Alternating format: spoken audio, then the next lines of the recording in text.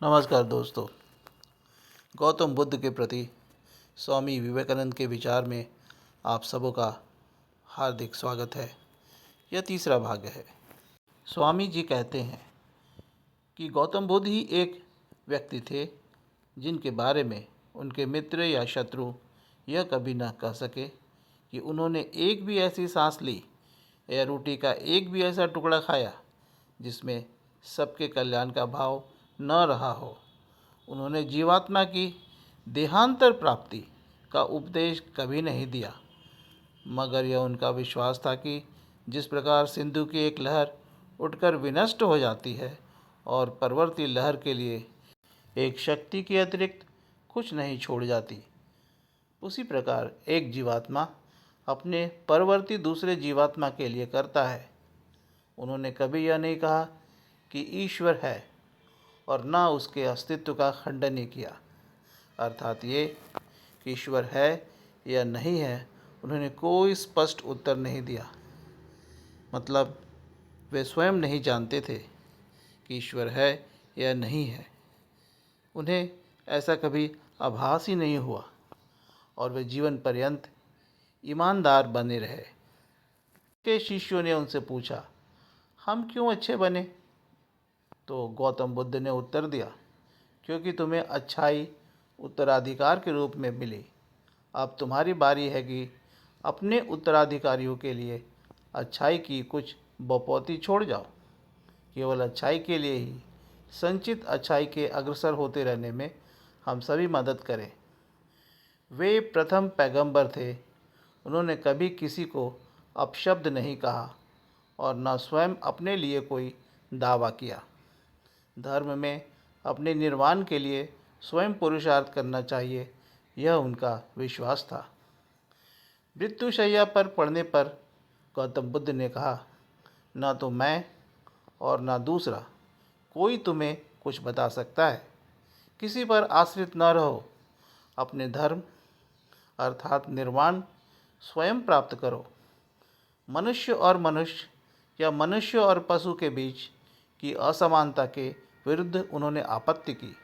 उनका उपदेश था कि सब जीव समान हैं।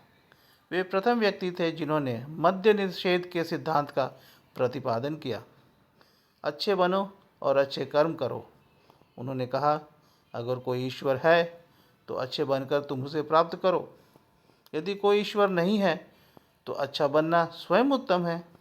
जो दुख भोगता है वही उसके लिए दोषी है। जिसमें जो अच्छाई है उसके लिए वह प्रशंसनीय है। धर्म प्रचारक संघों की स्थापना उन्होंने सर्वप्रथम की। भारत के करोड़ों दलितों के लिए वे उद्धारक के रूप में आए। वे उनका दर्शन नहीं समझ सकते थे, किंतु उन्होंने उस पुरुष का दर्शन किया और उनकी वाणी सुनी और उन्होंने उनका अनुगमन किया। विवेकानंद कहते हैं कि यह मेरी अपनी कल्पना है कि गौतम बुद्ध ही ईसा मसीह हुए। बुद्ध ने भविष्यवाणी की थी कि मैं 500 वर्षों में पुनः वापस आऊँगा और 500 वर्षों बाद ईसा मसीह आए। समस्त मानव प्रकृति की ये दो ज्योतियाँ हैं। दो मनुष्य हुए हैं, एक बुद्ध और एक ईसा। ये दोनों विराट थे। वे महान दिग्गज व्यक्तित्व, दो ईश्वर समस्त संसार को व्याप्त किए हुए हैं। संसार में जहाँ कहीं किंचित भी ज्ञान है, लोग या तो बुद्ध अथवा ईसा के सामने सिर झुकाते हैं। उनके सदृश और अधिक व्यक्तियों का उत्पन्न होना कठिन है, पर मुझे आशा है कि वे आएंगे। 500 वर्ष बाद मुहम्मद आए। 500 वर्ष बाद प्रोटेस्टेंट लहर लेकर मार्टिन लूथर आए और अब 500 वर्ष फिर हो गए। कुछ हजार वर्षों में ईसा मसीह और बुद्ध जैसे व्यक्तियों का जन्म लेना एक बड़ी बात है। क्या ऐसे दो पर्याप्त नहीं हैं? ईसा और बुद्ध ईश्वर थे, दूसरे सब पैगंबर थे। इन दोनों के जीवन का अध्ययन करो और उनमें प्रकट शांति की अभिव्यक्ति को देखो। शांत और अविरोधी, अकिंचन एवं निस्व भिक्षु, जेब में एक पाई भी न रखने वाले, आजीवन तिरस्कृत, नास्तिक और मूर्ख कहे जाने वाले। और सोचो, मानव जाति पर उन्होंने कितना महान आध्यात्मिक प्रभाव डाला है।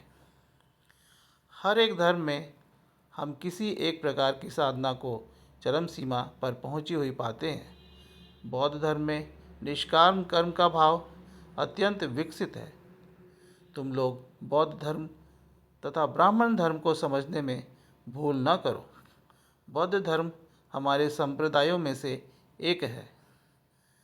भारतीय वर्ण व्यवस्था, कठिन कर्मकांड एवं दार्शनिक वाद विवादों से ऊबकर बुद्ध नाम के एक महापुरुष ने बौद्ध धर्म की स्थापना की।